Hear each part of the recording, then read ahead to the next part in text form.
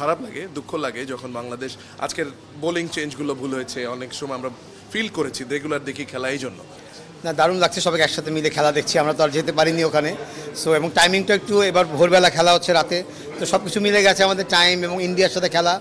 So আমরা আসলে আশা নিয়ে আসছি যে ইন্ডিয়াকে আজকে বাংলাদেশ ভালো করবে, হারাতে পারবে।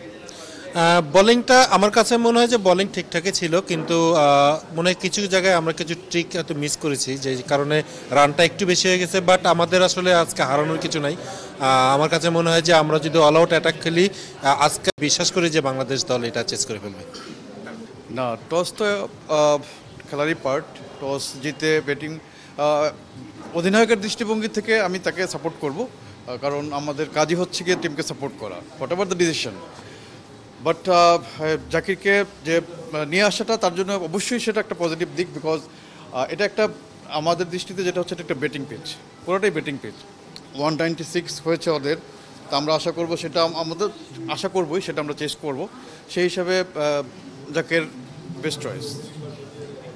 আজকের ম্যাচে মোটা দাগে তানজিম সাকিবের বোলিংটা কিন্তু উপভোগ্য ছিল আমাদের জন্য, অন্যান্য যে কোনো বলারের চেয়ে। আমার কাছে মনে হচ্ছে Tanzim Sakib line, length, aggression, swing সব কিছু ছিল, তেমন কিছু কিছু বলে স্লোয়ারও দিয়েছে কিছু। তো আমার কাছে মনে হচ্ছে আজকের যতগুলো বলার বল করেছে তার মধ্যে Tanzim Sakib was star performer up to date performance. But আমার কাছে আজকে স্পিনারদের উপর নির্ভরশীলতাটা কি একটু আমাদেরকে মানে ভাবাচ্ছে, কারণ ইন্ডিয়ানরা তো স্পিন খুব ভালো খেলে। তো সেই ইন্ডিয়ানদের এগেনস্টে এত বড় একটা স্পিন নির্ভর দল কেন করলো, সেটা একটা কোশ্চেন থাকতে পারে। তারপরও ধরেন আমি মনে করি যে এটা হয়তো একটা মেজর গেম প্ল্যানের আন্ডারে, দেখা যাক দ্বিতীয় ইনিংসে কী হয়। কিন্তু 157 রান টপ করানো একটু কঠিনই হবে বাংলাদেশের ব্যাটিং লাইন আপের জন্য, কিন্তু ব্যাটিং ডেপথ কিন্তু অনেক লম্বা, এটা মাথায় রাখতে হবে। জাকির আলী, রিশাদ পর্যন্ত স্ট্রাইক করতে পারে। সো দেখা যাক, let's hope for the best. অবশ্যই আজকে আশা করি লিটন দাস তার ফর্মে ফিরবে এবং সাকিব, মাহমুদুল্লাহ তারা একটু দায়িত্ব নিয়ে খেললে ইনশাল্লাহ আজকে ভালো কিছু সম্ভব।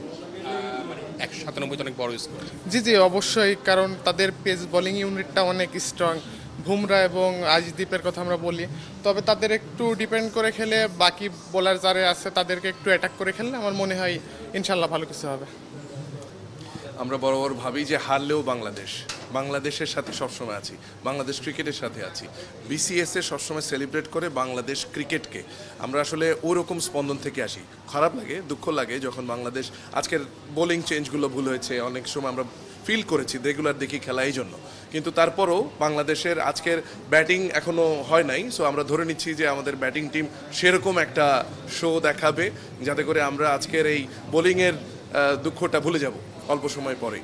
এই এতটুকুর জন্যই বাংলাদেশকে সাপোর্ট করি। ভবিষ্যতে আশা করি বাংলাদেশ টিম আরও বড় জয় নিয়ে আসবে।